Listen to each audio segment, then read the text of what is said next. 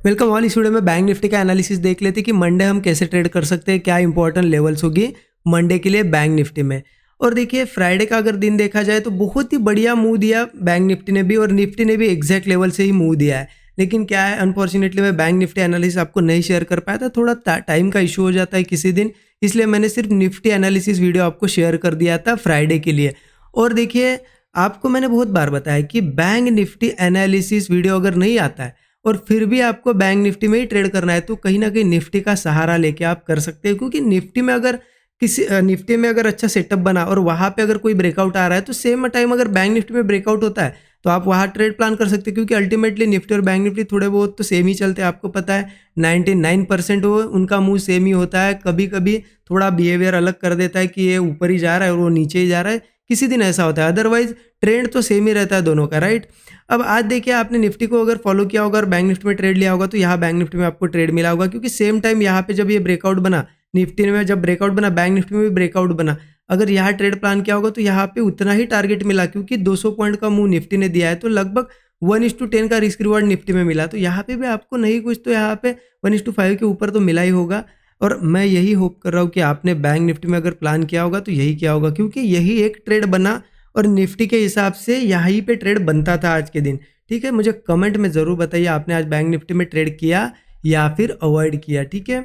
और लाइक अब तक नहीं किया होगा वीडियो को ज़रूर लाइक कर दीजिए। चलिए देखते हैं अब कैसे ट्रेड करना है यहाँ पे मंडे के लिए। उसके लिए मैं आपको 1 आवर चार्ट पे बताता हूँ एनालिसिस, क्योंकि 1 आवर चार्ट पे थोड़ा सा क्लियरली चार्ट समझ में आ रहा है।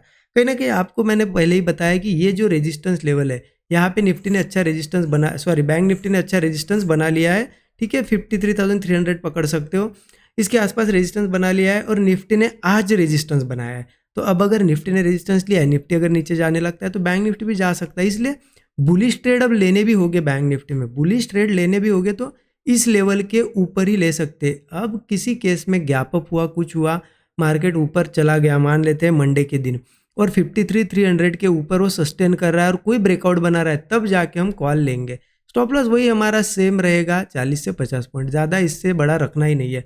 टारगेट 1:3 का रख सकते हैं हम, क्योंकि अब ऊपर तो खुला मैदान ही है, मार्केट कितना भी जा सकता है। हमारा टारगेट पहला 1:3 होगा। अगर आपको लगता है कि बहुत तेज़ी से बड़ी बड़ी कैंडल बन रही है, आप क्या करो, ट्रेल करते करते, स्टॉप लॉस ट्रेल करते करते बड़े टारगेट्स लो, ठीक है। 1:10 लो, 1:20 लो, कोई दिक्कत नहीं है, लेकिन मार्केट का मुंह देख के लो।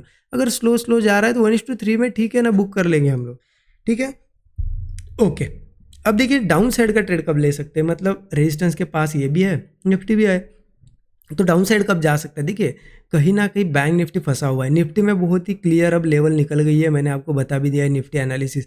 बैंक निफ्टी में कैसा है ना, इस तरीके से देखिए नीचे से ऐसी एक लाइन बन रही है, मतलब ये रेंज में फंसा हुआ है।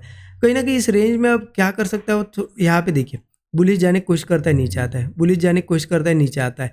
यहाँ पे भी आप देखिए ऊपर जाने की कोशिश की, नीचे आया, यहाँ पे भी ऊपर जाने की कोशिश की, बड़ी कैंडल बन के नीचे आया। तो बुलिश जाने की कोशिश कर सकता है, हम कॉल अगर लेंगे और नीचे आ गया तो फंस जाएंगे। इसलिए यहाँ इस रेंज में बुलिश भी ट्रेड नहीं ले सकते और बियरिश भी नहीं ले सकते, क्योंकि ये रेंज में है।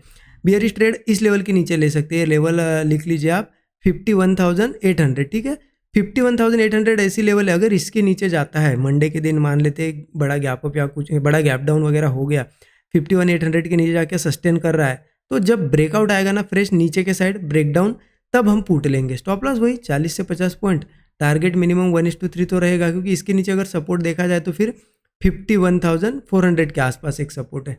तो यहाँ से एक 400 पॉइंट का भी टारगेट हम प्लान कर सकते हैं। लेकिन क्या है ना, ये लेवल कहाँ पे देखिए 51,600, ये लेवल 53,200, हम अभी है 52,300, मतलब ये यहाँ से 1000 पॉइंट ऊपर की लेवल है, ये भी 700-800 पॉइंट ऊपर नीचे की। तो अब क्या होता है, इस रेंज में हमें क्या करना पड़ेगा। बैंक निफ्टी में पर्सनली तो देखिए इस रेंज में कहीं पे भी मूव आए, ऊपर जाए या नीचे जाए, मैं अवॉइड कर दूंगा।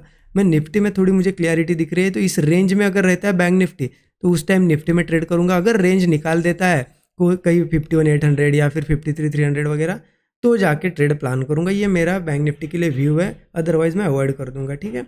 आई होप आपको चीज़ें समझ में आई होगी। और देखिए मार्केट मैंने आज ही आपको बता दिया कि जो हम यहाँ पे अगर सही से एनालिसिस करते हैं ना, और अगर सही से लेवल्स निकालते हैं तो उन लेवल्स को फॉलो करता ही करता है मार्केट। तो सही लेवल निकालना ज़रूरी है। अगर आप लर्निंग करना चाहते हो, सीखना चाहते हो, तो 13 आवर्स का कोर्स ज़रूर चेकआउट कर सकते हो, क्योंकि उसमें वही सिखाया गया है कि प्राइस एक्शन कैसे रीड किया जाता है, प्राइस एक्शन को रीड कैसे करना है। उसके बाद यहाँ पे वो जो डॉट टू डॉट लेवल्स होती है जिनको मार्केट रिस्पेक्ट करता है, वो कैसे निकालना है, कौन से मेथड्स यूज़ करनी होती है, कैसे एनालिसिस करना है, ठीक है, ये भी इसमें सिखाया गया है। रिस्क मैनेजमेंट, मनी मैनेजमेंट, सबसे इंपॉर्टेंट पार्ट जो कि 99% बिगिनर्स होते हैं उनका वीक होता है, ठीक है, वो होता है साइकोलॉजी। इसलिए तो पैसा स्टार्टिंग में बन ही नहीं पाता है, क्योंकि साइकोलॉजी बिल्ड करने में टाइम लग जाता है। और अगर आप इतना समय नहीं देना चाहते हो, क्योंकि धीरे धीरे सीखोगे, देखिए एक चीज़ आपने सीखी, लर्न कर ली, साइकोलॉजी थोड़ी बिल्ड होगी। और वो लर्निंग कर अगर कम करना चाहते हो आप, तो आप किसी एक्सपीरियंस, जो कोई एक्सपीरियंस, जिनके पास एक्सपीरियंस है उनसे वो चीज़ें सीख सकते हो। क्योंकि आपने वो कहावत भी सुनी होगी, खुद आप एक्सपीरियंस लेने जाओगे तो आपकी लाइफ कम पड़ जाएगी एक्सपीरियंस लेने में और सीखने में। अगर किसी एक्सपीरियंस पर्सन से आप अगर वो चीज़ें सीखते हो, मैं ऐसा नहीं बोल रहा हूँ कि मेरे से ही सीखो, किसी से भी, जिन्होंने मार्केट में अच्छे से जो लोग काम करते हैं, जो सही से एनालिसिस कर पाते हैं, उनसे अगर चीज़ें सीखोगे ना, तो क्या होगा ना, वही लर्निंग कर आपका कम होगा। तो मैं यही चाहता हूँ कि आप जल्द से जल्द प्रॉफिटेबल पाथ पे आ जाए, ठीक है। इस तरीके से ये एनालिसिस हम मंडे के दिन फॉलो करेंगे। और देखिए 13 हाउस के कोर्स पे एक कूपन कोड यहाँ पे हमने रखा है, हॉलीडे स्पेशल, तो ये कूपन कोड यूज़ कर सकते हो, HOLIDAY holiday20। अगर ये कूपन कोड आप यूज़ करोगे तो सीधा सीधा आपको 20% का एक बड़ा डिस्काउंट देखने को मिलेगा। सिर्फ सैटरडे संडे के लिए अवेलेबल रहेगा, तो आप कोर्स ज़रूर चेकआउट कर सकते हो। इस वीडियो के डिस्क्रिप्शन में लिंक आपको कोर्स की मिल जाएगी।